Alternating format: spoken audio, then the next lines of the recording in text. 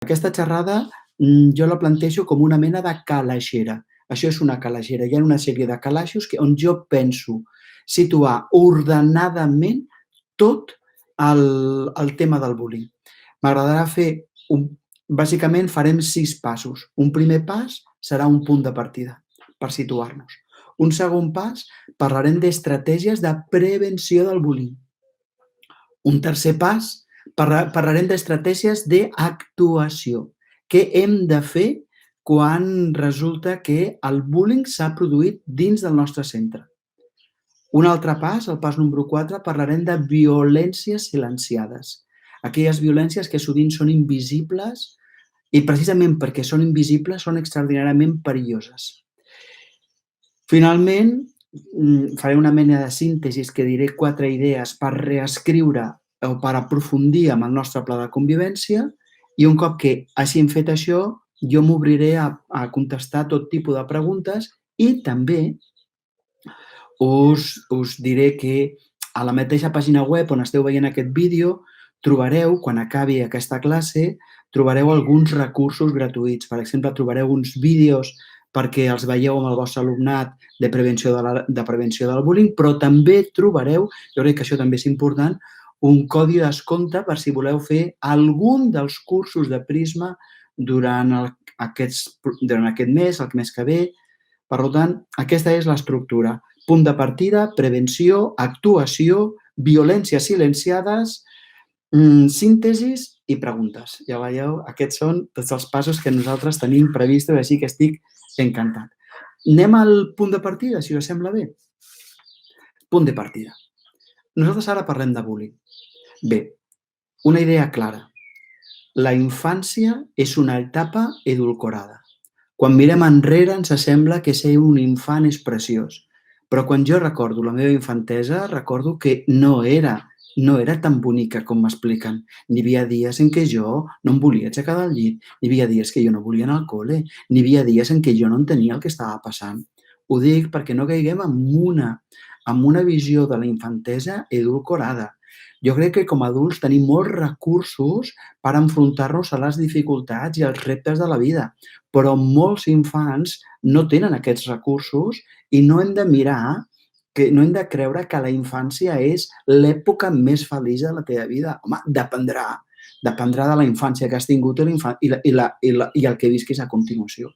Aquest em sembla que és un punt inicial per parlar amb una certa objectivitat del que és la infància i no edulcorar-la, no fer una mitificació del que és la infantesa. En aquest mateix punt de partida, una segona idea que em sembla fonamental. Preguntar-vos, l'escola és un lloc segur? L'escola és un lloc segur? I, lamentablement, jo crec que sabeu la resposta perquè si no, no estaríem aquí 300 persones o gairebé 300 persones, 300-200, interessats en aquest tema. No, l'escola no és un espai segur. Val la pena que ho diguem amb claredat. L'escola no és un espai segur perquè no hi ha espais segurs al 100% en cap societat. Les famílies són un espai segur? Doncs no. No totes les famílies són un espai segur. La majoria d'abusos sexuals es produeixen dins de les famílies. Per tant, la família no és un espai segur, ni l'escola. I aquest jo crec que és un punt de partida que hem de tenir, perquè moltes vegades com a profes, com a mestres, hem partit de la fantasia de que l'escola és un espai segur i la realitat no ho és. Jo recordo en aquest moment, i el cito, un estudi que és l'estudi Cisneros, que es va fer quasi sobre 25.000 alumnes de l'estat espanyol, en el qual aquests 25.000 alumnes entre 8 i 18 anys se'ls preguntava si havien estat víctimes de maltractament a l'escola.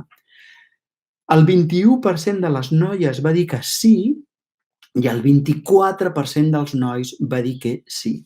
És més, dels que havien aquest 24%, aquest 21-24% de persones que eren víctimes de violència, el 25%, una quarta part, deia que sempre havien estat víctimes de violència a l'escola des que recordaven.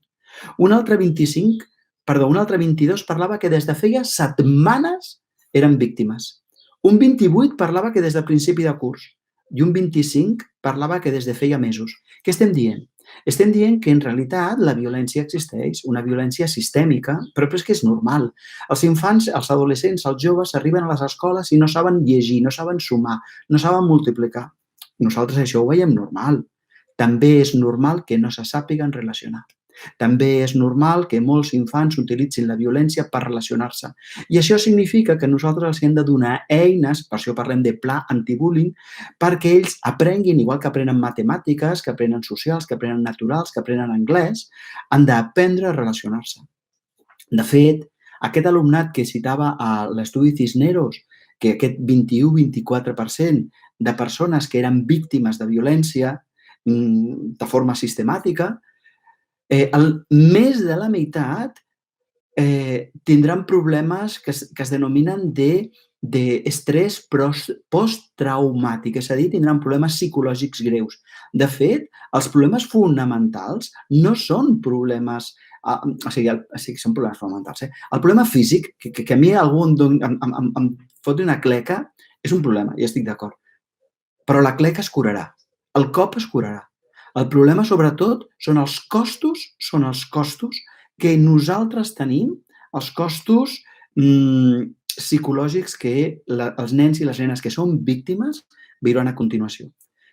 Però jo no vull oblidar els acosadors. Jo no vull oblidar les persones que agredeixen en aquest punt de partida.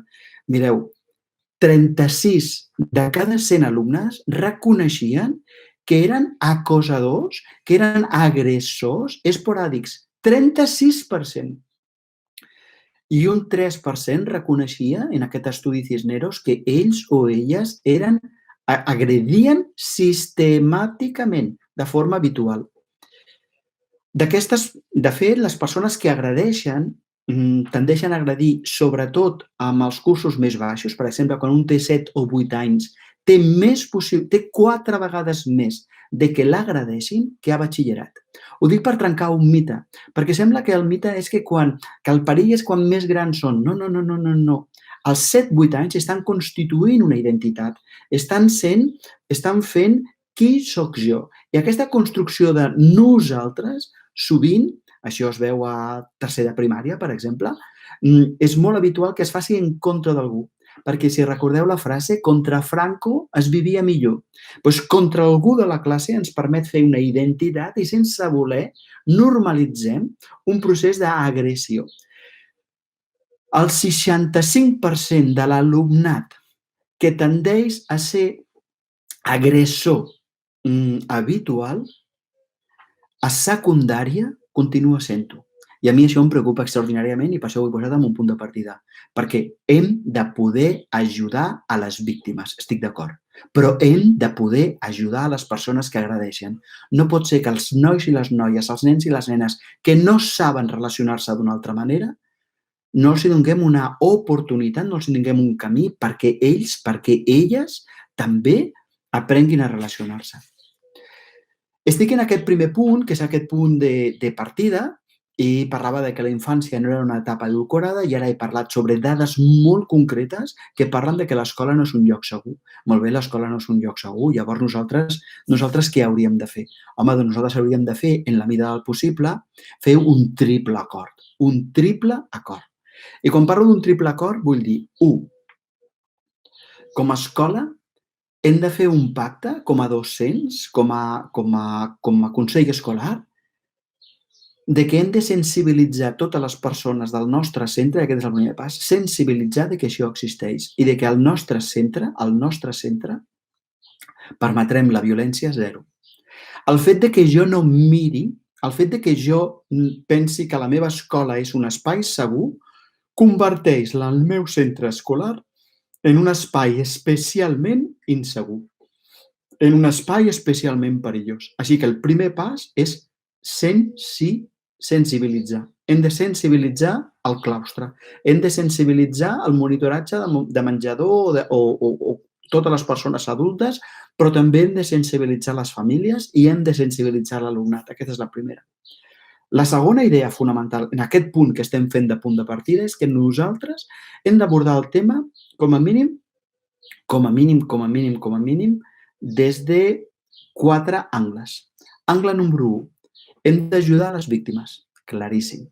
Angle número 2, Hem d'ajudar les persones agressores.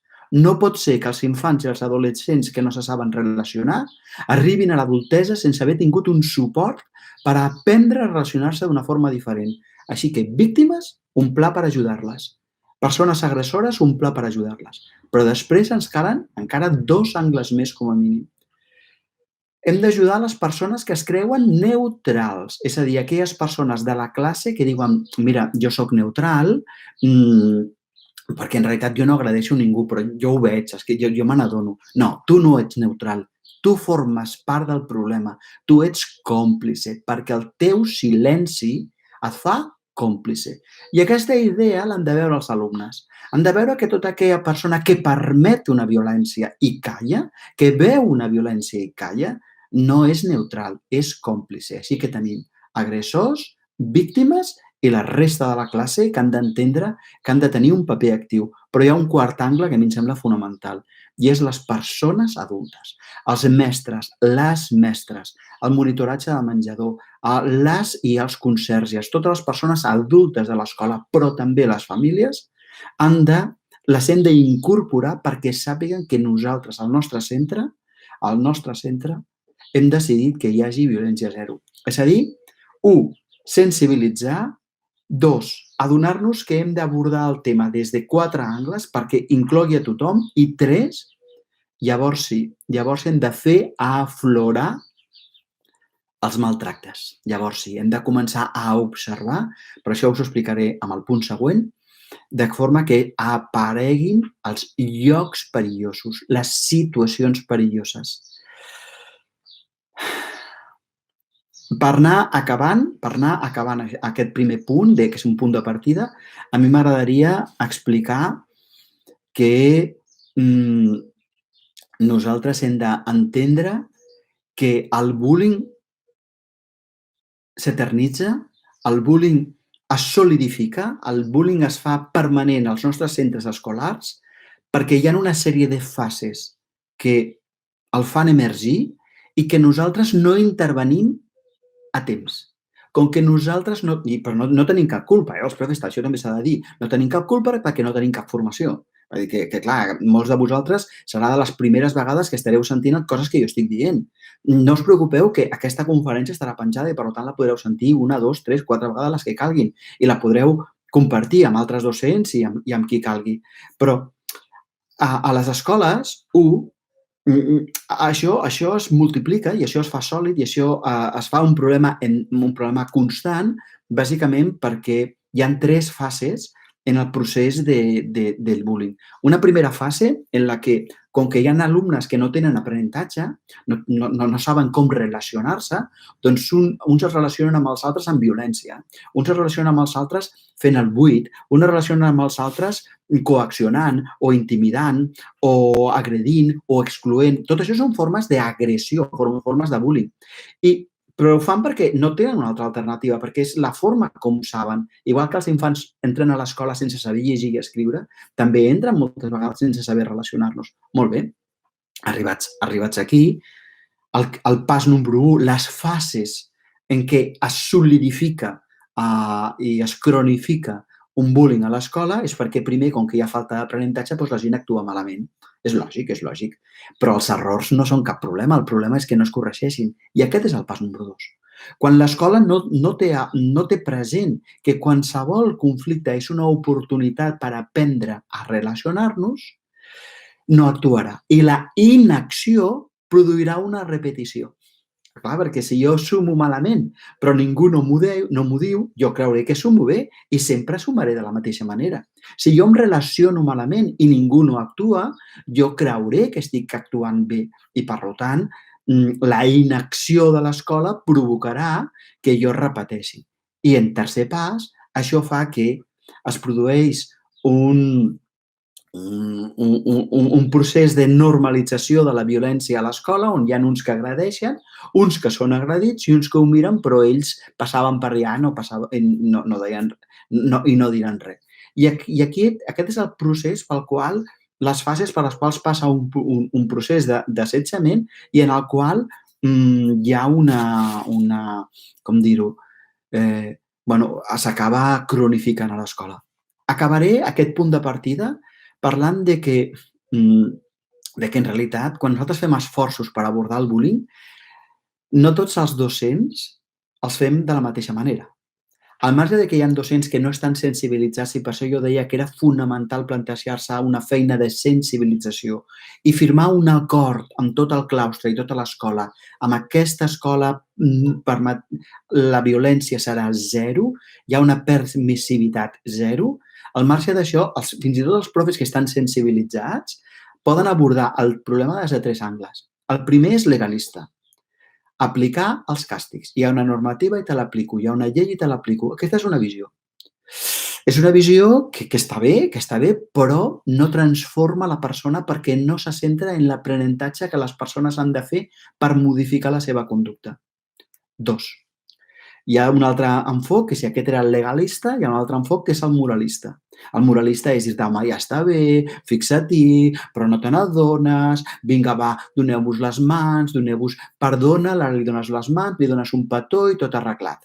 És moralista. Diu, no te n'adones que la gent se l'ha de cuidar, bla, bla, bla, bla, bla. Moralista. Està bé, perquè nosaltres li hem de donar quins són els nostres criteris morals, quins són els nostres criteris de relació. Però si jo només els explico, si l'altra persona no els viu, no els farà seus. Per tant, tenim la porta legalista i la porta moralista. I hi ha una tercera porta, que la denominem la porta humanista. Una porta que el que intenta és plantejar tota una sèrie d'accions perquè canvi la visió del nostre alumnat i perquè ells transformin la forma de relacionar-se amb els altres. Aquesta és un camí molt més llarg, però molt més profund, perquè quan jo com a alumne canvio la meva forma de veure el món, canvio la meva forma de relacionar-me, hem resolt el tema del bullying des de l'arrel. Para. Això no vol dir que la porta legalista no sigui necessària. En algun moment, a algun infant l'hem de separar de la classe. En algun moment, a algun infant li hem de dir no et pots aproximar a tal persona. En algun moment, a algun infant, a algun adolescent, a algun jove, li hem de dir ho sentim molt, però ara estaràs 3 dies en una altra classe. En algun infant, això és legalista i s'ha de fer. I també és fonamental la moralista. Explicar, nosaltres en aquesta escola creiem en això, en això, en això i en això. És fonamental. Però s'han de fer les 3 juntes. Ha d'haver un procés amb el qual els infants canviïn. Molt bé, ara he fet una explicació que espero que us hagi estat molt útil, que és el punt de partida. I ara m'agradarà fer estratègies de prevenció. Procuraré anar al gra, crec que és molt important, ara som 300 persones, gairebé 350 persones en aquesta conferència. A mi m'agradaria molt que anéssim al gra, que anéssim pim-pam, pim-pam, pim-pam, i al final sí que us demanaré que si teniu preguntes les poseu al xat, ara no les estic mirant perquè si no em distrauria del que jo vull explicar i no vull... Primer em centro en el que vull explicar i després, si voleu, doncs ja contesto totes les preguntes. Estratègies de prevenció és el que parlaré ara. Després parlaré, si recordeu, d'estratègies d'actuació quan es produeix el bullying. Després parlaré de violències silenciades i finalment faré una petita síntesi i després anem a les preguntes. D'acord. Doncs anem a les estratègies de prevenció. Ja ho he dit fa un moment. Hem de tenir una prevenció per tots els àmbits. Per tots. Per tant, una cosa molt important, molt útil, és un cop que com a claustre ens hem sensibilitzat i hem pres un acord que aquí hi haurà violència zero, que aquest és un previ, el que hem de fer és posar-nos en contacte amb les famílies. Els hi podem enviar una carta, els podem explicar el tema al principi de la reunió de principi de curs o a la final de curs i dir-los, mirin, recordin quan vostès anaven a l'escola? Segurament recordaran que hi havia algun infant del qual se n'enreien o el maltractaven o el rebutjaven o l'aïllaven. Això no succeïa només a la seva escola, també succeeix ara. Però hi ha una diferència molt important. En aquesta escola nosaltres hem decidit que això no tornarà a passar. I vull que sàpiguen que vostès com a família ens tenen a nosaltres al seu costat. Perquè els vostres fills poden ser agressors, però els vostres fills poden ser víctimes. O els vostres fills poden veure agressions i callar. És a dir, ningú està alliberat de que els seus fills i nosaltres estem aquí per donar-vos suport, per ajudar-vos. Per tant, en aquesta estratègia de prevenció és fonamental explicitar el tema a les famílies. Perquè si hem parlat del tema i quan succeeixi el problema, anava a dir si succeeix, no. Si succeeix, no. Quan succeeixi, perquè és inevitable que succeirà en algun moment, les famílies sabran que vosaltres esteu al seu costat, sabran que sou confiables, sabran que tindreu un pla, sabran que ajudareu tant al que agradeix com a la persona agredida com a les persones que callen. És a dir, això ajuda, és molt important fer-ho amb antelació, perquè amb antelació tothom es situa i quan es produeix el fet és més fàcil de manegar els sentiments. No dic que sigui fàcil, dic que és una mica més fàcil. Per tant, estratègies de prevenció, parleu amb les famílies. Estratègies amb els docents i el personal no docent però que és de l'escola. Firmeu una carta, firmeu un acord. Jo, com a Daniel Gavarró, em comprometo a treballar perquè aquesta escola sigui una escola en la qual la tolerància a l'assetjament, a la violència, al maltracte sigui zero. Amb l'alumnat? Doncs amb l'alumnat farem una sèrie d'accions molt bàsiques que a mi m'agradaria resumir en tres coses. La primera cosa que farem serà una feina d'ajudar que l'alumnat observi què és el que està passant, descrigui què és el que està passant a diferents espais. Hi ha espais més perillosos que d'altres? Sí o no? Quins? El vestuari, potser, els passadissos, algun racó del pati que no té vigilància? Hi ha algunes situacions especialment difícils, per exemple, situacions que es produeixen a l'hora del menjador o al pati? Hi ha algunes conductes que et preocupen especialment? Per exemple, quan s'ignora a una persona i se l'aïlla? Per exemple, quan se la coacciona, se l'amenaça, saps que hi ha algú que està patint xantatge? Per tant, demanem a l'alumnat que observi. Els demanem que observi. Ara en parlaré un momentet, no molt, però en parlaré. És a dir, nosaltres els demanem a l'alumnat que es faci càrrec del que està passant, perquè això ho hem de fer aflorar. I els diem que això que el que estem buscant és que tota violència que existeix no estigui sota la catifa, sinó que surti, que aflori, perquè allò que aflora pot ser abordat. La segona cosa que nosaltres fem és ajudar a l'alumnat a definir què vol dir bon tracte. Com saber que em tracten bé? I alhora definir què vol dir maltracte i què vol dir assetjament. Perquè així posem les coses ben ordenadetes, com una calaixera, calaix 1, calaix 2, calaix 3. Molt bé, hem fet aflorar i ara estem definint. I recordeu que nosaltres volem actuar a favor de tothom, a favor de les persones que veuen els assetjaments i callen, a favor de les persones que agredeixen i a favor de les persones que són víctimes. Nosaltres estem a l'escola per cuidar de tothom i tothom té dret a ser cuidat, perquè tothom té dret a aprendre. Molt bé. Un cop que estem en aquest apartat d'estratègies de prevenció, un cop que tenim aquest marc d'estratègies de prevenció, per mi una idea fonamental és trencar la idea del xivato. El xivato s'ha de trencar. Molts nens i moltes nenes, ja sé que no es diu xivato en català, però és que és una paraula que és molt més potent que la seva corresponent catalana, però no té cap importància.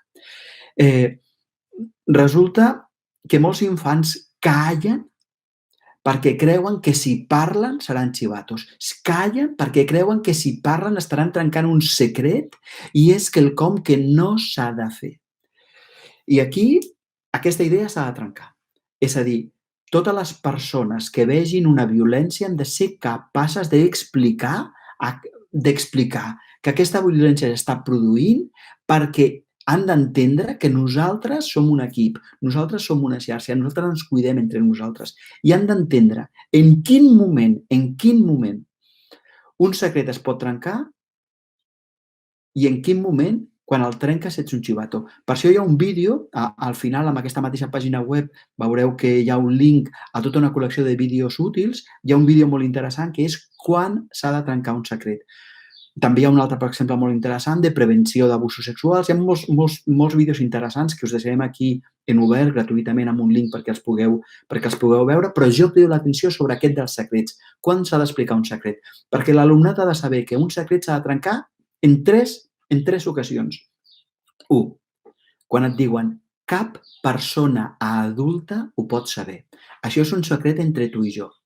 L'infant ha de saber que aquest secret s'ha de trencar perquè gairebé segur darrere d'aquí hi ha abusos sexuals. Quan jo ho explico als nens, als infants, als adolescents, diuen, perfecte, ho he entès. Si algú em diu això, no ho puc explicar a cap persona adulta, ho he d'explicar. Perquè és impossible que si és una bona idea no hi hagi cap persona adulta que ho entengui. Perfecte. No em posaré en perill. Quan s'ha de trencar un secret? 2. Quan et fa patir. Quan un secret et fa patir a un infant, a un adolescent, a un jove, l'ha de trencar, perquè ningú té dret a fer-nos patir, perquè a la nostra escola hem posat el bon tracte al centre. Parèntesis. Tot això que us estic parlant d'un plan antibullying no es tracta de lluitar contra la violència, es tracta de posar al centre el bon tracte. Quan els infants i els adolescents aprenen a cuidar-se, aprenen a posar al centre el bon tracte, el maltracte, el bullying, el maltractament, es foragita, el maltractament desapareix. I el tercer motiu, el tercer criteri per quan s'ha de trencar un secret és: trencaràs un secret quan vegis que una altra persona està patint. Perquè igual que ningú té dret a fer-te patir a tu, nosaltres no volem que ningú pateixi, perquè nosaltres en aquesta escola estem disposats a aprendre a cuidar les persones, estem disposats a cuidar-nos. Per tant, accions de prevenció. La primera és la idea de trencar la idea de chivato. Però ara a mi m'agradaria avançar amb una certa agilitat, per tant, citaré tota una sèrie d'accions que es poden fer d'estratègies de prevenció, però no les explicaré així en profunditat perquè si no aquesta xerrada duraria molt i jo vull anar al gra. També tinc l'esperança que estigui donant pistes concretes, clares, ordenades i ben estructurades. Molt bé. Doncs, estratègia de prevenció? Ensenyar habilitats. Ensenyar habilitats. De quines habilitats hem d'ensenyar? 1. Ensenyar a gestionar la pròpia ira. Perquè a vegades jo m'enfado i he de saber què fer amb la meva ràbia, amb la meva ira, de quina forma treure-me-la de sobre, però no utilitzar-la per agredir a un altre. I això és una cosa que s'ha d'ensenyar perquè molts infants no ho saben fer. Quan s'enfaden, agradeixen, perquè és una forma d'alliberar-se del dolor, del propi dolor. Per tant, ensenyar habilitats de gestionar la ira.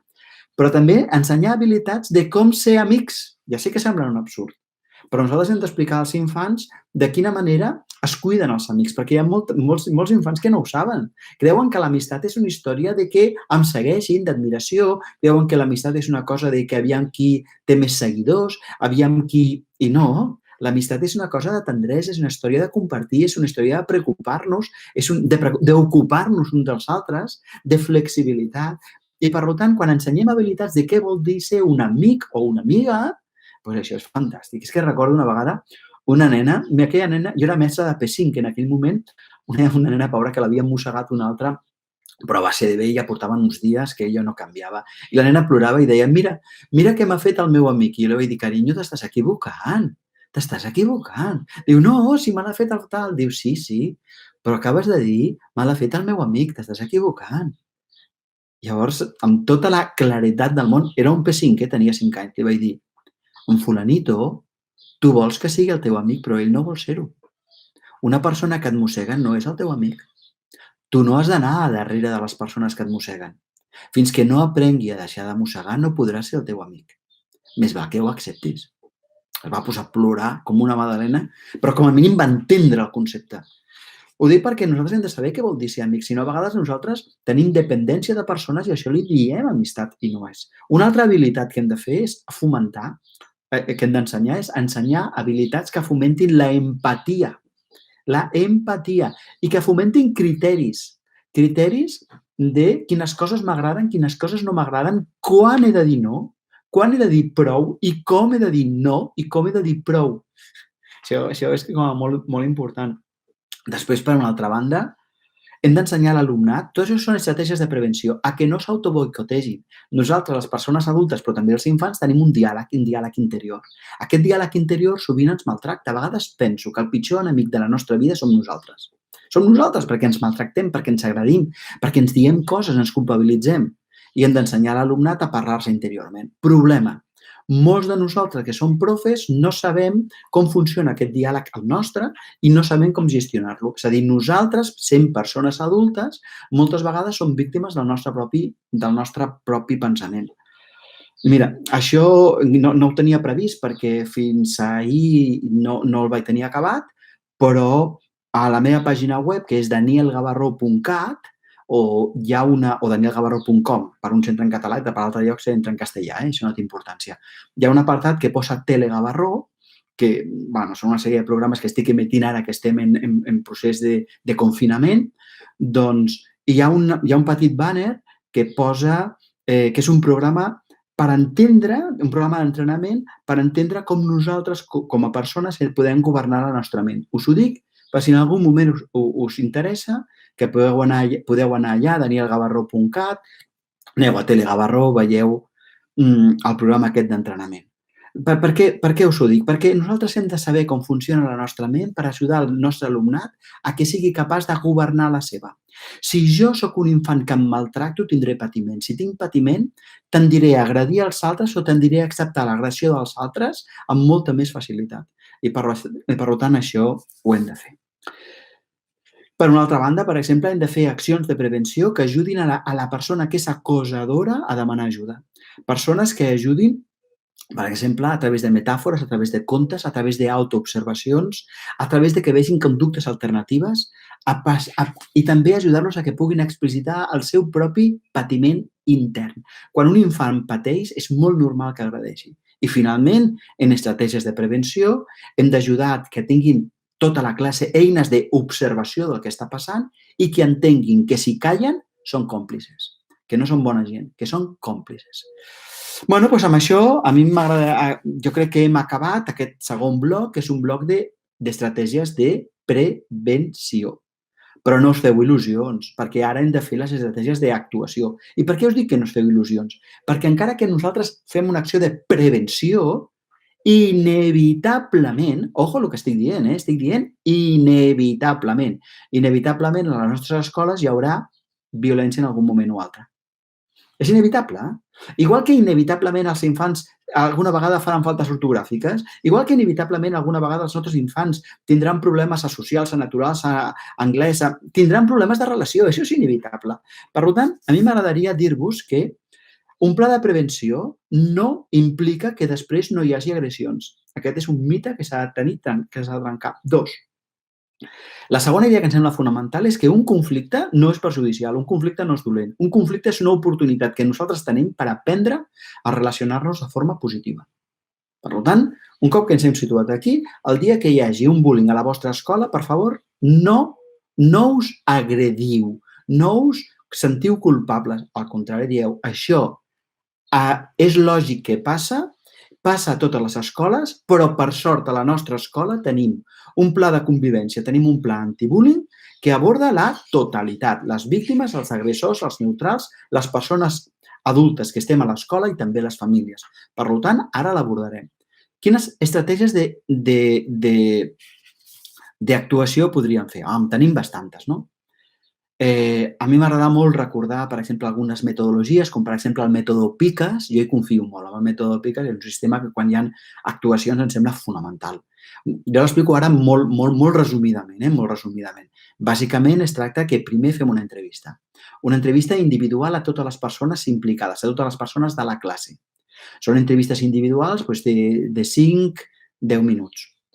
Primer comencem amb les persones que estan agredint, després seguim amb les persones que, entre cometes, es creuen neutrals i després cridem a les víctimes. En la mida del possible, aquesta entrevista la fem en un despatx separat de la classe i en la mida del possible els infants que van venint o els adolescents que van venint a l'entrevista venen acompanyats per un adult perquè no puguin parlar entre ells. Molt bé. Un cop que arriben al despatx, els pregunto què saps del que està succeint amb fulanito? Què saps que està succeint amb aquest tema, amb aquest maltractament? I l'altre explica. Segona pregunta. Què faràs tu perquè això no es produeixi? I vull que ara et comprometis. I l'altre explica com es compromet. I així van passant totes les persones de la classe.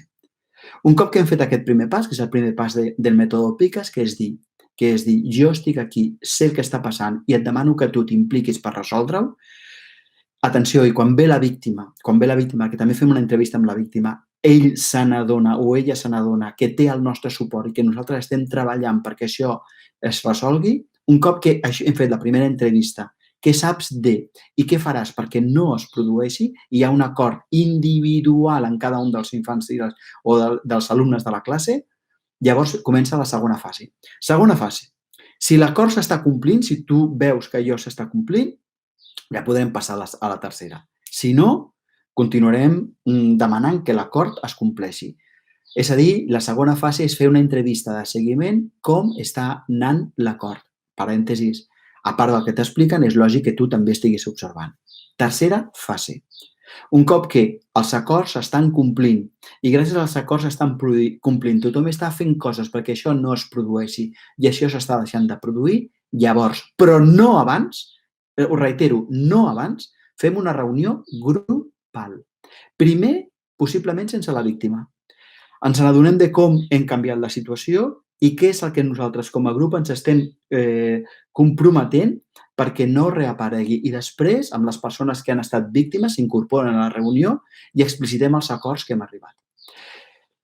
Atenció, moltes vegades, quan hi ha bullying a l'escola, es fa exactament el contrari. Primer fer una reunió de grup i el que passa és que moltes persones es parapeten, es protegeixen en la seva conducta perquè no ha hagut un treball previ d'entendre que tots som responsables d'aquesta actuació, que cadascú de nosaltres pot fer alguna cosa i encara no s'han vist resultats positius.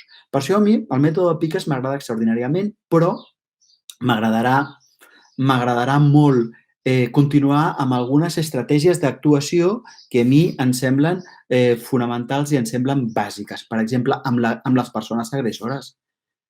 Doncs, al marge de tot el treball que estiguem fent d'acords, si aquests acords es compleixen, fantàstic. Si aquests acords es compleixen i comença a entendre que ha de canviar la seva conducta, per tenir bones relacions, doncs ja està, el tema està tancat. Jo recordo una vegada, era tutor d'un sisè de primària i hi havia una noia que feia un maltractament cap a una col·lecció de noies extraordinari. I era una noia superintel·ligent. Una vegada estàvem en el seu moment determinat, la vaig agafar i després d'haver fet tot aquest procés li vaig dir, mira, més indiferent, si ho fas d'acord o ho fas fingint. Però és imprescindible que les persones que fins ara han estat agredides no siguin agredides. M'és igual que fingeixis que t'importen, que et preocupen, m'és igual, o que ho facis d'acord. El que vull és que aquestes persones deixin de patir. Anys després me la vaig trobar, molts anys després, potser havien passat 6 o 7 anys, i me la vaig trobar un dia a l'autobús, m'abraça i em diu, ara t'he entès. Ara t'he entès, em va dir, i et perdono. Perquè, vam tenir un curs de cuidador. Ella, ho dic perquè ella va deixar d'agredir, però dintre seu sentia que ella tenia raó. Hem d'ajudar l'agressor i li hem de posar límits. I ha de saber quina conducta concreta s'espera. I si no la compleix, aquesta la va complir. Fingia que era amable, fingia que a la gent li importava, fingia fins que al final amb els anys ho ha comprès. Però si no ho comprèn? Si no ho comprèn, a l'agressor també se l'ha d'ajudar. I això vol dir que se l'ha d'aïllar, a la millor se li han de treure privilegis, a la millor ha de tenir un pla individualitzat. Segurament se l'ha d'allunyar de la víctima, ha de tenir un ordre d'allunyament nostre d'entrada. Ha de tenir... És possible que en un cert moment decidim una expulsió temporal, si les coses continuen, fins i tot una expulsió definitiva. Ara jo diré una cosa molt antipàtica. Si les agressions són òbvies, són reals, són autèntiques i no estem responent a cap tractament i o són greus, nosaltres hem de donar, és obligació nostra donar part a les autoritats. Això ho tinguem claríssim. Però també hem d'ajudar estratègies d'actuació per ajudar la víctima. A mi m'agrada molt una que és que aquesta persona tingui 2 o 3 persones que siguin companys o companyes que estan vetllant pel seu benestar. I per tant se sent recolzat. Llavors el criden al pati, l'ajuden a que s'integri a jocs, li són models, i això és molt important perquè també estan treballant l'empatia i aquesta persona, la víctima, també treballa una forma de relacionar-se. Parèntesis, i molt important, quan una persona ha estat víctima d'assetjament és possible que necessiti un suport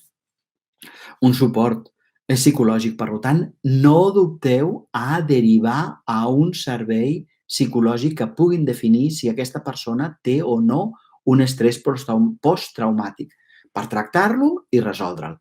És molt dur quan la gent arrossega traumes durant anys i no ens haurien de permetre. El mètode PICAS també és un mètode que ajuda a la víctima, igual que ajuda a l'agressor i ajuda a tothom.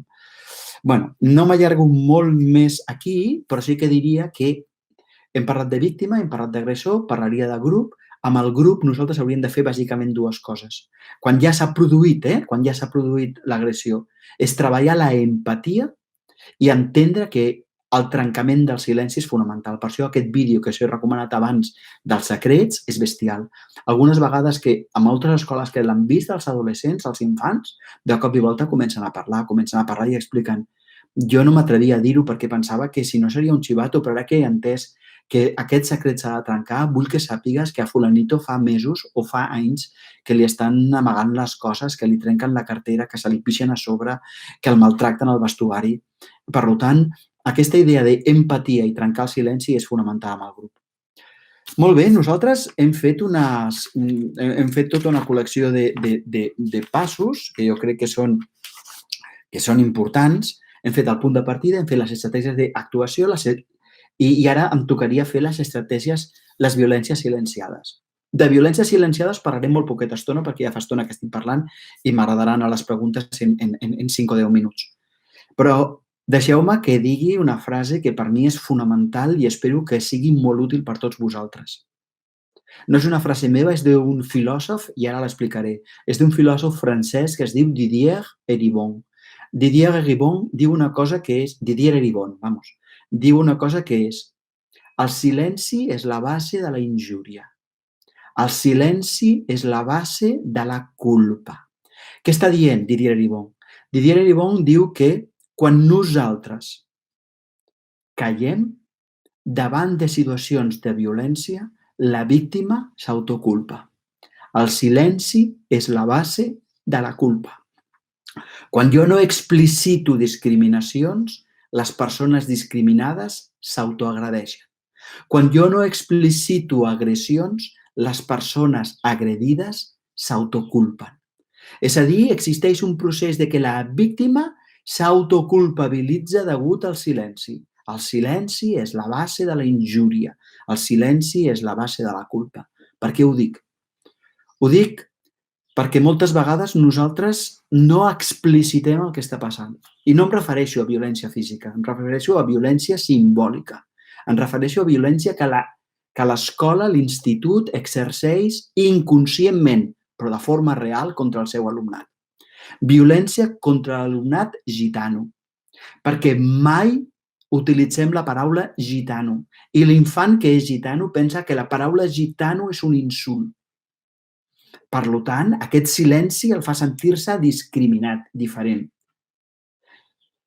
Violència contra les persones de famílies immigrants, perquè nosaltres no mencionem mai la paraula immigrant. No parlem d'immigrant, del fet que la teva família és una família immigrant, el fet de les pressions que reben les persones immigrants.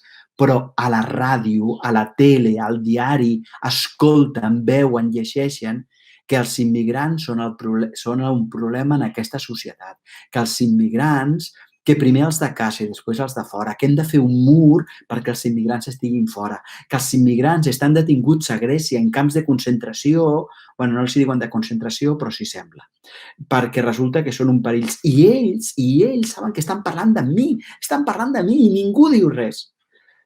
Uau! Hi ha un vídeo, mira, jo no sé si el podrem penjar o no, però hi ha un vídeo tan meravellós amb el curs de bullying que fem a Prisma.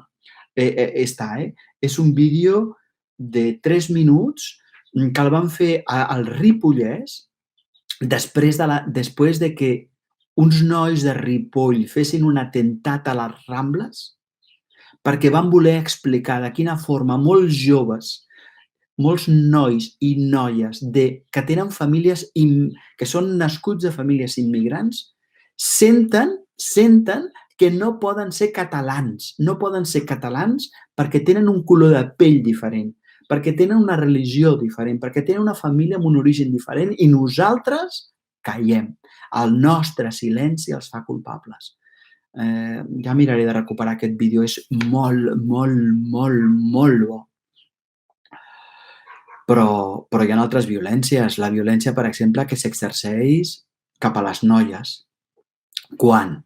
Home, quan als nostres llibres no hi ha fotografies de noies fent coses, quan al currículum d'història s'ignora el paper de les dones, quan al currículum de la ciència tot es pensa en masculí, quan no tenen referents filosòfics, o altra violència, violència contra els nois, quan no ens n'adonem que els estem exigint a través també d'un currículum una imatge de masculinitat que és hegemònica i que es basa bàsicament en control, violència i que exclou un model de masculinitat sensible, tendre, que escolti les pròpies sensacions, els propis sentiments. I un altre silenci bestial que em sembla que és immens, que és la que succeeix la població, els nens i les nenes LGBTQ i més de les nostres escoles. És a dir, l'alumnat que és lesbià, que és bisexual, que és transsexual, que és transgènere, que és asexual, que és lesbiana, que és gai. Si nosaltres aquestes paraules no les incorporem, no parlem d'elles, no donem models diferents, no tenim als llibres de les nostres biblioteques models de persones diferents, aquestes persones viuen el silenci amb autoculpa. Igual que si una persona que va en cadira de rodes, jo no puc dir mai cadira de rodes, una persona que és coixa no li puc dir mai coixa, una persona que és negra no li puc dir mai negra, una persona que és, jo què sé, que és adoptada, no li puc dir la paraula adoptada. El silenci, aquest silenci parla i aquest silenci construeix la culpa. Aquestes són violències silenciades. Aquestes són violències que l'escola exerceix de forma simbòlica contra el seu alumnat. Per tant, jo crec que s'ha de fer una reflexió profunda per fer-les aflorar amb naturalitat, perquè mira, us explico una anècdota molt curiosa, molt bonica. Jo tinc una amiga, ara ja està jubilada, era mestra, i quan era petita, o sigui, fa molts anys, durant el franquisme, ella anava amb unes monges, anava a una escola de monges. I quan era petita, els seus pares, durant el franquisme, es van separar. Uau! Es van separar. Clar, llavors no ho feia ningú. I les monges, amb tota la bondat del món, la feien sortir els divendres davant de la classe i deien: por favor, rezad por Conchita que sus padres están divorciados para que no vayan al infierno. Però una cosa, llavors tota la classe feia Padre nuestro que estàs... I la nena allà davant, a la pissarra, mirant tota la classe rezando por mis pares. Però de què esteu parlant? És a dir, i en canvi ara, que els nens tinguin famílies que els seus pares s'hagin divorciat és absolutament normal. Què ho ha normalitzat? Ho ha normalitzat que nosaltres ho verbalitzem. Ho ha normalitzat que nosaltres en parlem amb naturalitat. El dia que nosaltres parlem amb naturalitat de gitanos, d'immigrants, de diversitat de masculinitats, diversitats de feminitats, de persones lesbianes, gais, bisexuals, transsexuals, llavors aquestes violències desapareixeran. Apareixen i estan a l'escola degut al nostre silenci. Hi ha gent que dirà que això és adoctrinar l'escola. Quina por em fa. Mireu, l'educació no és neutra. L'educació no és neutra. Sí que més val que nosaltres sapiguem a partir de quins valors volem educar. I jo els tinc clar. I jo sé quins promoc. I els que promoc són els que vull. Perquè per mi totes les persones tenen la mateixa dignitat al marge del seu origen ètnic, del seu origen familiar, de les seves capacitats intel·lectuals, emocionals, energètiques, del seu cos, de la seva identitat sexual, afectiva, de la seva orientació. Tot això m'importa un rave. I si algú diu que no, és que saps què passa? Que els negrets són diferents. Els negrets són dolentets.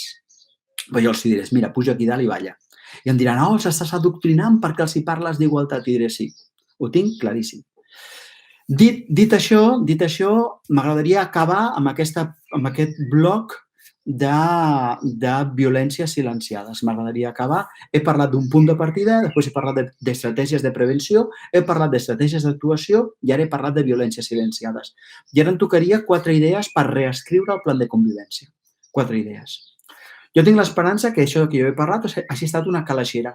És a dir, tema 1, tema 2, tema 3, tema 4, això és el que hem d'abordar. De fet, aquesta estructura és la que es fa, per exemple, amb el curs de Prisma que a sota tindreu, si voleu fer el curs de Prisma aquest de prevenció del bullying i tot això, estratègies de prevenció del bullying a l'escola, a baix tindreu un link per anar directament a un espai on hi ha un descompte aplicat per fer el curs.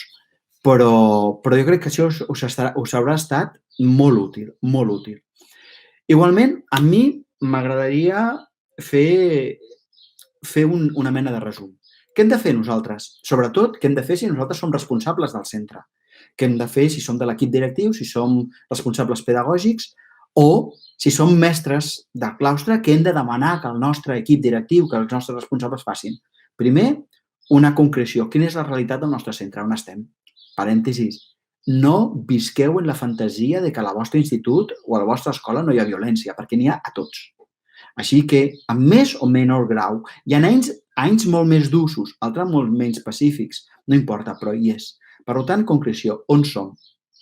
Fer una mena de situació. El nostre alumnat té molta població gitana, molta població gitana, que per tant el risc que tenim és aquest. Dos, a partir d'aquesta concreció, fer un diagnòstic. Quins són els nostres punts forts i els nostres punts dèbils? A partir de la concreció i el diagnòstic, formuleu els objectius, on voleu arribar. I arribar no és que no hi haurà conflictes. Arribar és que ja sabem que hi haurà conflictes, però sabem com els abordarem. Sabrem com els abordarem i això ens porta al punt següent. És a dir, quines mesures fareu. Mesures de sensibilització, però també que signeu tolerància zero, però també mesures d'observació. Com observareu, com fareu aflorar la violència quan existeixi i que existeix. Mesures de prevenció. Prevenció per l'alumnat, prevenció per les famílies, prevenció pels docents, pel monitoratge, prevenció pel pas.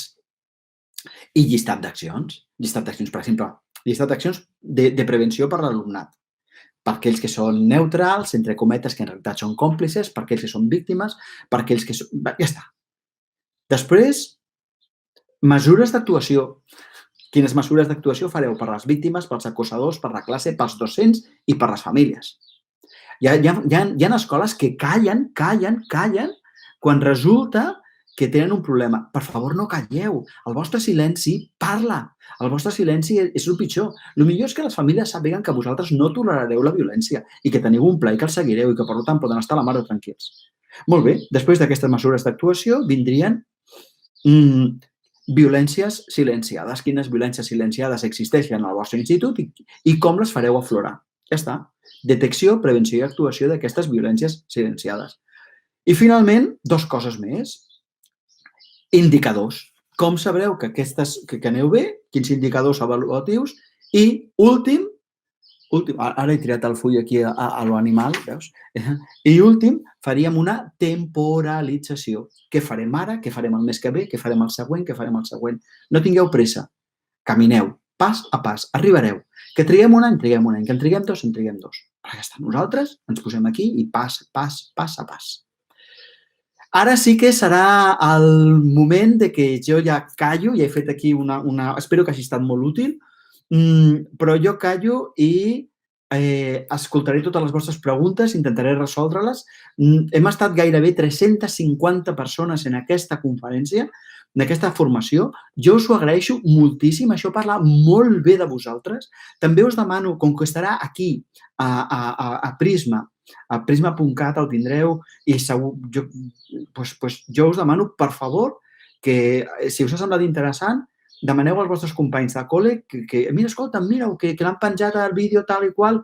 Jo crec que en unes hores, potser com a dilluns com a molt tard, haurem tret al principi perquè ja comenci directament i les persones que el vegin en diferit doncs puguin treure-li suc, no? Però a partir d'ara, si les persones que tingueu dubtes, jo us demano que ara sí que miraria ara sí que miraria les preguntes. ¿Vale? Una pregunta, la Beatriz pregunta, ¿es quedarà penjat el vídeo? Sí, quedarà penjat el vídeo. I t'agrairé que el comparteixis per WhatsApp amb el teu grup de claustre perquè també estiguin al cas. Que carai. Clic, clic, clic, clic, clic, clic. Diu molt interessant, moltes gràcies, genial, m'està encantant, Yupi, m'agrada molt, ha estat superinteressant, moltíssimes gràcies, molt qualificació interessant, gràcies, Beatriz, sí, diu que estarà penjat, a partir de demà, diuen, Yupi, a partir de demà, ja tenim data. Gràcies, moltes gràcies, Vale? Reflexions al gra... Perfecte, perfecte, perfecte, perfecte.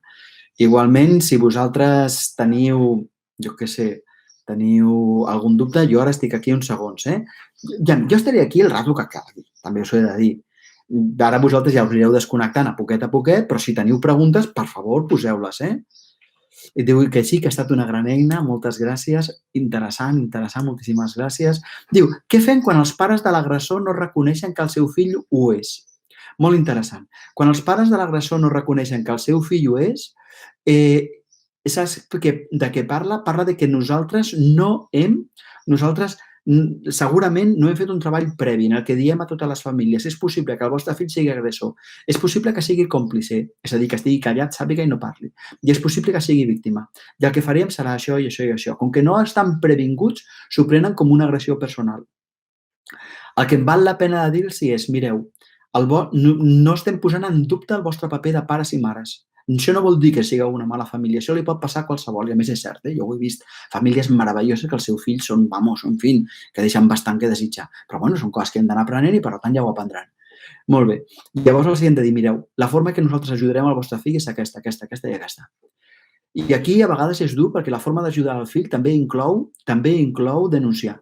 També inclou denunciar-lo, perquè el fill ha d'entendre que el que fa té una conseqüència i ha d'assumir aquesta conseqüència. Per exemple, imagineu un adolescent de 17 anys que nosaltres, i que fes una agressió i que estigués una cosa que és penada per la llei i nosaltres no parléssim. Li estaríem donant un aprenentatge que ell no se'l mereix.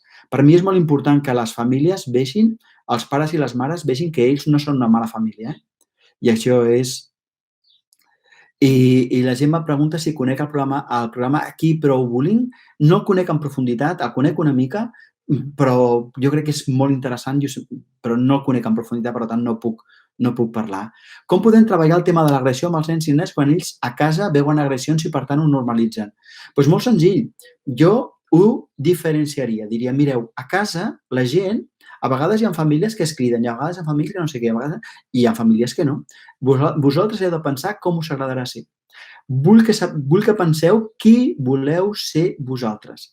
Jo, durant uns 7 anys, vaig treballar en població molt conflictiva i llavors els transmetria aquesta idea.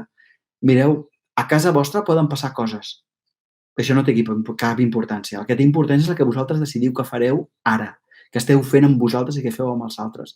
I els donava moltes eines també perquè aprenguessin a gestionar el seu pensament per no agredir-se. També t'he de dir que en aquella època jo tenia molta menys formació i no era el profe que havia de ser. Però, bueno, fem el que podem, oi que fem el que podem. Picabaralles dels nens que es tenen per abordar com a bullying. Clar, per això és molt important. Hi ha una persona que pregunta, totes les picabaralles dels nens es tenen que abordar com a bullying? No. Hem de tenir estratègies per abordar els conflictes puntuals i estratègies per abordar els conflictes a llarg termini que se centren contra una persona d'una forma sistemàtica, que és el que denominem bullying. Són estratègies diferents. Això una mica s'explica al curs online i per tant pots buscar informació per ahí, no és cap problema. Una persona diu que el mètode PICAS va anar molt bé, però que la dificultat va ser gestionar-ho. I és veritat, perquè requereix que una persona estigui fent entrevistes a tota la classe entre 6 o 7 minuts, a vegades 10 minuts. Clar, són molts minuts, són jo què sé, són 25 alumnes, si són 30 són 300 minuts. Uau! Doncs això significa un esforç molt important de l'escola. Sí. No va ser fàcil, no? Ja ho entenc. I a més, hi ha una tècnica molt concreta per fer les entrevistes, hi ha unes pautes que s'han de seguir perquè llavors anem al gras, saps què vol dir anem al tema? Daniel, el tema de ser un joc i agressions invisibles, com ho fas? Per exemple, juguem a que un es posa a terra i els altres simulen que el peguen. Jo crec que valdrà la pena d'abordar això a l'aula. Això ens millora com a persones, això el que nosaltres volem fer és què vol dir ser amic, què vol dir ser amiga? Quins valors volem a la nostra vida? De quina forma ens volem cuidar? De quina forma hem de dir que no? Llavors, abordar-ho amb que moltes persones adultes són incapaces de dir que no. Si les persones, per exemple, que pateixen agressions a casa seva, agressions de maltractament, per exemple, i no són capaces de dir que no, els hem de dir, perdoneu, vosaltres com a nens, com a adolescents, hem d'aprendre a dir que no. I, per tant, jo crec que la meva estratègia de molt és parlar amb molta claredat i anar a l'arrel. És a dir, tu seràs la persona que vulguis ser i la pregunta és qui vols ser. I a vegades amb certs alumnes no tinc èxit. Però també és veritat que, per exemple, jo hagués dit que amb aquesta alumna que em vaig trobar de gran i que em va dir ara t'entenc i t'he perdonat, jo en el seu moment vaig pensar que no havia tingut èxit perquè ella no havia entès res. S'havia reprimit però no havia entès res. I moltes de les coses que nosaltres fem donen fruit a futur. Ho dic perquè ho tingueu present, no? Una persona diu què fem quan un alumne és líder negatiu i tota la classe el segueix des de P3 i estan a quart. Com trenquem aquest vincle? Aquí jo crec que és molt important que els nens entenguin què vol dir liderar, quins tipus de líders hi ha, i aquí és molt bonic, per exemple, veure líders socials que han estat nefastos, i parlo de Hitler o parlo de Franco, i en canvi líders socials que han estat molt positius, com, jo què sé, Teresa de Calcuta, per posar un exemple, no? O la Creta de tot aquest, ara no em recordo el cognom, del canvi climàtic, no? Llavors preguntar-se què vol dir ser líder i de quina forma són els líders que valen la pena i com sabries que un líder no val la pena i de quina manera podries dir que no. I de quina... Jo és que el tema aquest del bullying que estem abordant avui dona una quantitat d'estratègies que són fonamentals, no? Com diferenciem entre són coses de nens del bullying? La primera, la violència mai és una cosa de nens. La violència existeix no només entre nens, sinó també entre adults, però no és tolerable. Per tant, sempre que hi ha violència l'hem d'abordar, perquè la persona que agredeix no ha de ser justificada, sinó que ha de tenir eines per resoldre-les. I després, el bullying, la diferència del bullying és que és un tipus d'agressió contra una persona concreta d'una forma sistemàtica.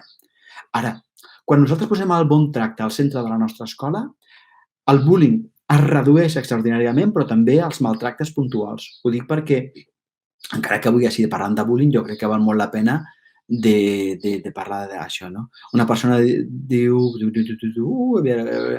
molt interessant i concret, a les escoles realment necessitem formació. Pregunta si nosaltres fem formació a les escoles. Molt important, sí. I lamentablement ho diré d'aquesta manera, lamentablement ho diré així. Només les escoles concertades i privades tenen dret a tenir aquesta formació de forma gratuïta gràcies a Fundae. Ho dic perquè totes les persones que esteu aquí d'escoles concertades o privades sapigueu que aquesta formació online la podeu tenir gratuïta per tots els profes gràcies a Fundae. Per tant, que jo us animo moltíssim a que li digueu al claustre i que la feu. Les escoles públiques, doncs mira, lamentablement no. Lamentablement no, i no sé què més dir-vos perquè la llei és així que, jo què sé, doncs ens aguantem. I la fem online. Jo prefereixo fer la formació online, també us ho dic perquè hi ha tantes demandes de formació que simplement com a persona no dono l'abast. És que no dono l'abast. Ara que estic aquí, a la tarda tinc 3 formacions més online i puf! Procuro... Llavors, tot el que és online ho mantinc amb molta més facilitat que si he d'anar a llocs presencialment.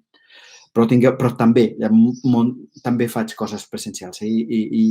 I tant com a Daniel Gavarró, perquè també estic reconegut des de Boira Editorial com a Fundae i faig moltes formacions i moltes coses a escoles de moltes coses, però totes les que puc, jo us animo que les feu a Prisma, online, perquè són extraordinàries. Una persona diu, si ho he entès bé, una idea seria parlar clar i català, no dir les coses pel seu nom. Negre, blanc, lesbiana, sí, efectivament. Diu, és que no estic preparat. Bueno, doncs tu treballes tu com a profe i llavors ho dius natural. Jo moltes vegades, quan els feia fer fila als nens per sortir, deies, ara farem fila, va, vinga, ara ens posarem. Que es posin a la fila els que tenen els seus pares estan separats, però viuen amb la seva mare. Diu, tu no, que vius amb el teu pare. Què estaven normalitzant? El divorci. Dic, ara que poden venir cap aquí els que dels 4 avis i avis, dels avis que tenien, encara els hi queden 2 perquè hi ha 2 o més que han mort. Estava normalitzant la mort. Ara poden venir aquí els que són negres. No, tu no, que ets mulato. I això ho estava normalitzant. I en fila i ja està. Un altre dia cridaves els mitjons grocs. Què vol dir? Que ser mulato té tanta importància com els mitjons grocs? Doncs sí. Sí, quan ho verbalitzes. Perquè quan ho verbalitzes ho normalitzes. Però quan no ho verbalitzes, uau, és terrorífic. M'agradaria si pots repetir el títol del vídeo de Chivatos per trencar el silenci o dir-nos com el podeu trobar. Sí, molt fàcil.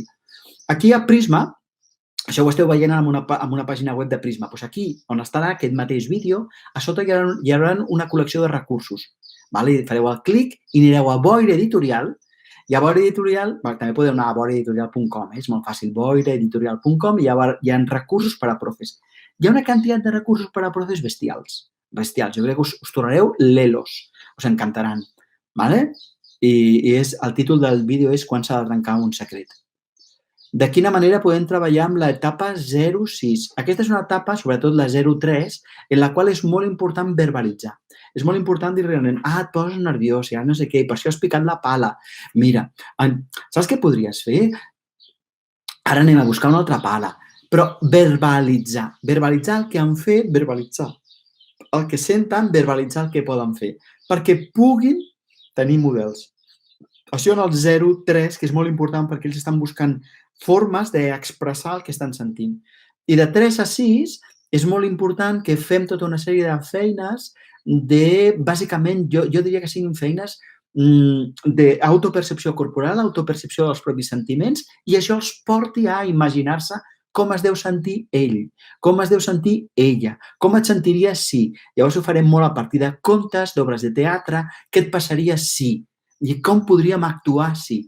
Tota aquesta part de teatralitzar és fonamental de 3 a 6 anys, però també és superútil fins a batxillerat. Això no hi ha... Diu que a l'escola el compartirem segur, què en pensa... Gràcies per compartir-los, perquè diu que està molt interessant. Què en pensa de les cerques de diàleg sobre els diferents rols a classe, el que volem com a eina de prevenció? Em sembla fantàstic. És una tècnica, jo no la conec en profunditat, també ho he de dir, però sí que totes aquestes tècniques on nosaltres parlem amb el cor a la mà ens permet descobrir la humanitat de l'altre i em permet posar paraules a les meves accions i, per tant, és fonamental.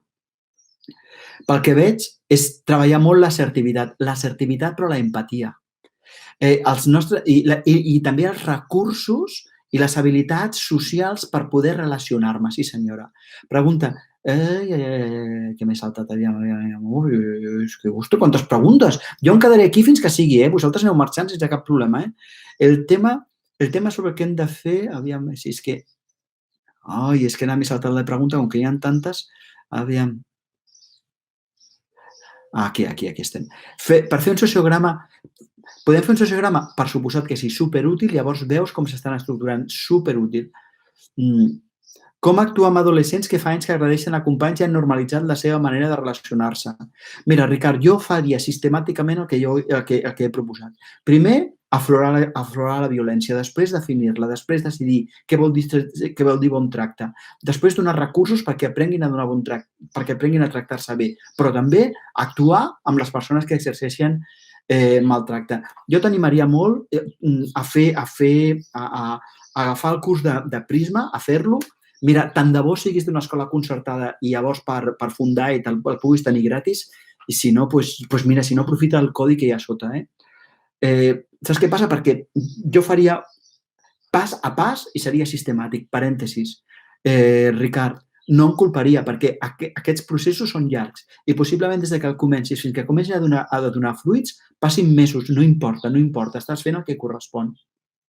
I als adolescents els posaria molt en dubte quina persona vol ser, quina mena de persona vol ser. I això els arriba al cor, no? Perquè una persona que fa accions cruels en aquest moment és una persona cruel. I la pregunta és, tu vols ser una persona cruel? Això és el que em sembla fonamental i em sembla bàsic, no? Com diferenciem el bullying dels conflictes que es produeixen diàriament? El bullying és continuat i generalment contra una mateixa persona. Els conflictes van variant de tipologia i de persona.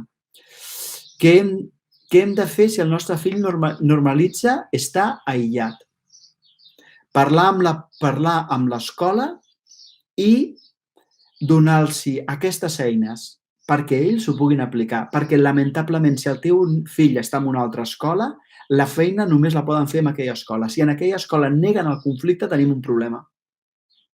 Ja està, ho sento, que m'agradaria dir-te coses més boniques, però no puc.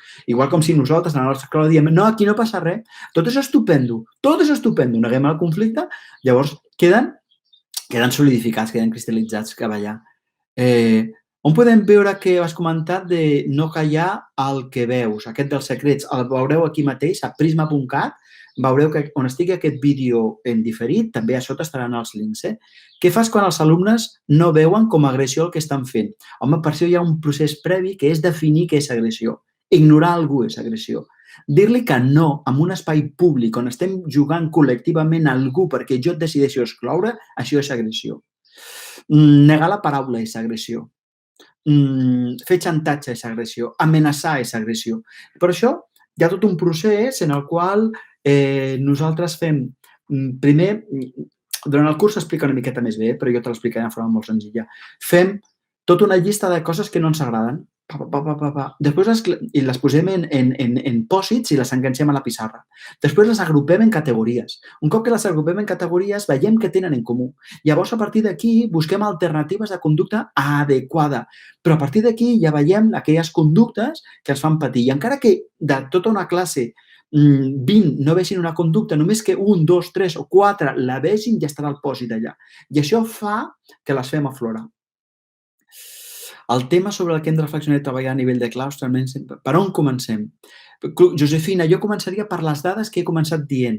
He començat dient que per on comencem? Comencem sensibilitzant, comencem dient que en un estudi a l'estat espanyol de 25.000 alumnats es va veure que el 25% dels nois i el 21% de les noies eren víctimes d'assetjament i que això passava a totes les escoles i que com més petits més risc tenien.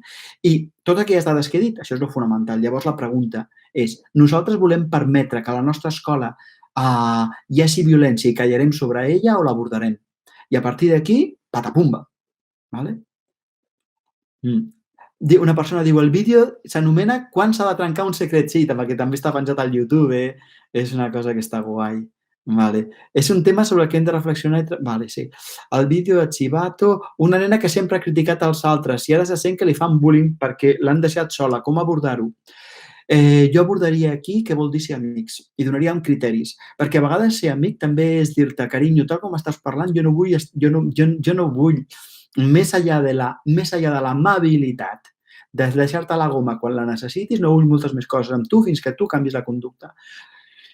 I, per tant, abordar què vol dir ser amic i com ens relacionem. I també abordar el tema de què podem aprendre de les dificultats, d'agrair les dificultats que hem tingut i, per tant, poder abordar el perdó.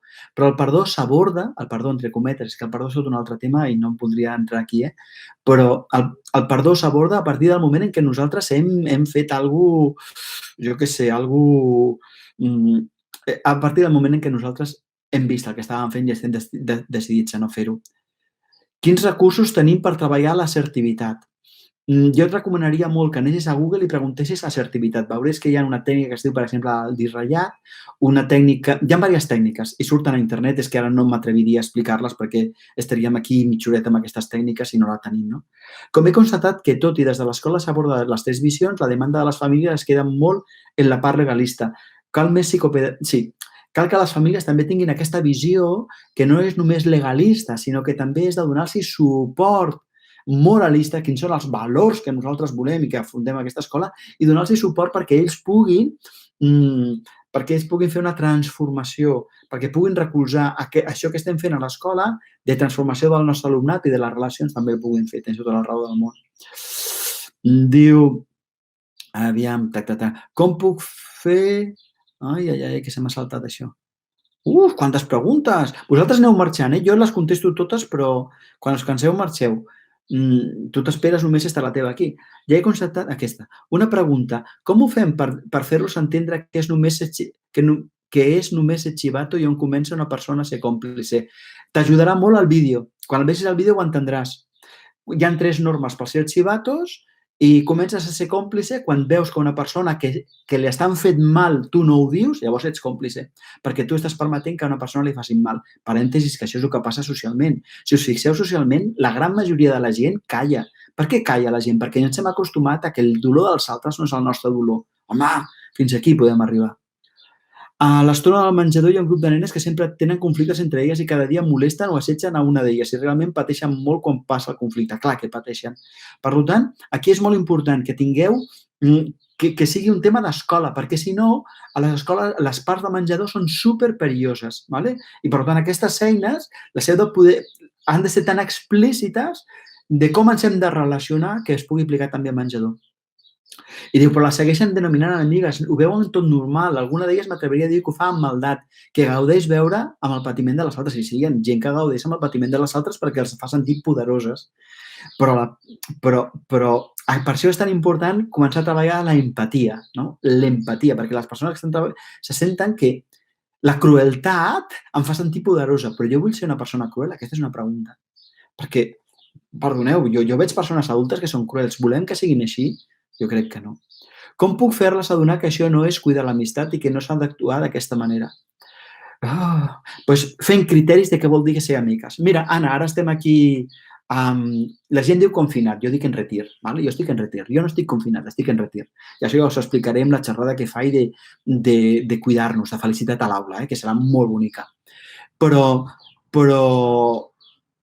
llavors, ara que estàs en aquest període de retir o d'aïllament o de confinació, digue-li com tu vulguis, busca criteris per cuidar-nos com a amics. I això és el que haig d'explicitar. Jo penso que això és una cosa molt important. Què passa quan l'alumne veu com a líder positiu qualsevol amb likes a les xarxes socials? Pues significa que la seva vida personal té molta menys importància a lo físic que a lo virtual. Però quan comencen a veure que lo físic és molt més important, aviam, quan jo me n'adono que tinc un amic al qual li puc tocar la mà i li puc parlar del que vulgui, m'abraça i l'abraço i puc plorar si estic preocupat i ell m'acull, entenc que un like val un 0,03. Però mentre no tinc això, allò compensa el que no tinc. Per tant, el que hem de fer és enfortir les relacions reals, les físiques. Jo no...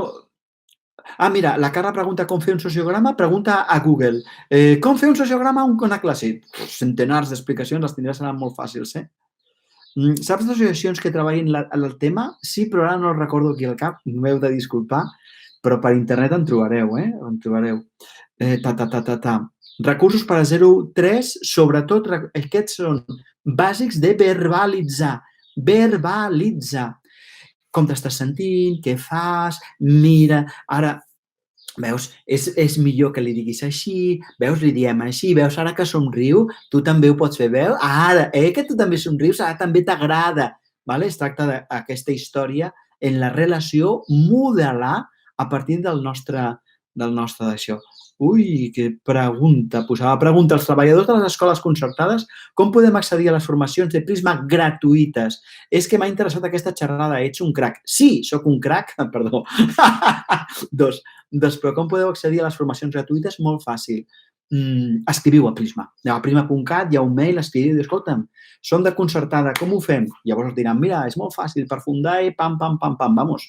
Fins ara funcionava així, vull dir que no crec que no. Vosaltres simplement feu les gestions per Fundai i us donen d'alta com a grup, és que està xupat. Tu, com a professor, si el nen o adolescent que fa bullying també agradeix als seus pares, ho tractes amb ell o ella directament? Si l'infant agradeix als seus pares, sí, parlo amb la família. Parlo amb la família perquè demanin ajuda, perquè vol dir que és una família que no sap posar límits i mentre no sàpiga posar límits, això genera, molt de malestar a l'infant perquè veu que el món és complex i l'única força que té és la seva i, per tant, això el destrossa per dintre, li genera terror. Però per l'altra li he de donar recursos a la família perquè, això, basta, vale, vinga, alegria. Aviam. Què passa quan l'equip de mestres veu el conflicte de manera diferent? Insults, mots, pensen que falta tot un espai de sensibilització i això passa a moltes escoles. Molts instituts, els mestres diuen, això són coses de nens. Mentida, el que passa és que tu no tens recursos o per reconèixer-ho o per abordar-ho i la teva por et fa protegir-te. Llavors, val la pena que comencem a fer dades, a explicitar, mira, el que passa és això, això i això i això, i les dades objectives ajuden molt. També permeteu que les persones vagin incorporant a graus, a mides, a passos, ¿vale? Permeteu d'alguna manera, no? Espero que no em salti cap pregunta, que em sabria molt de greu. Diu, vale. Sí, val la pena aclarir que és un conflicte, no? Sí. Però tingueu present que un conflicte és una gran oportunitat per aprendre a relacionar-me. Això és bestial, això s'ha de tenir molt clar. Anem allà. Un nen o una nena ha patit bullying, pot transformar-se en acosador? Sí. I a vegades hi ha infants que busquen que els agradeixin perquè tenen molt de malestar, llavors agradeixen a l'altre perquè xinxen perquè m'agradeixin. És una història interessant, no? I sí, això pot passar a l'edat adulta, sí. Què et penses del qüestionari CES com a eina de detecció? No en tinc ni idea. Ho sento molt, aquest qüestionari no el conec, I les agressions cap als i les mestres? Aquí també aquestes coses s'han d'abordar tolerància zero, perquè el benestar inclou els profes, inclou els mestres. I aquí, és a dir, nosaltres no estem fora, som del mateix pack. Per tant, si hi ha una agressió zero cap a l'alumnat, hi ha una agressió zero cap al professorat.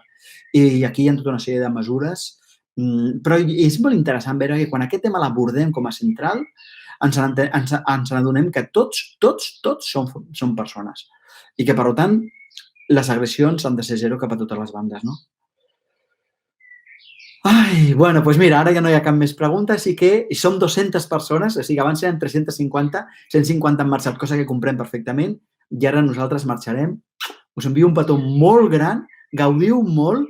Dilluns hi ha una d'ortografia, que és com reduir les faltes ortogràfiques del 50 al 80%, us espero aquí.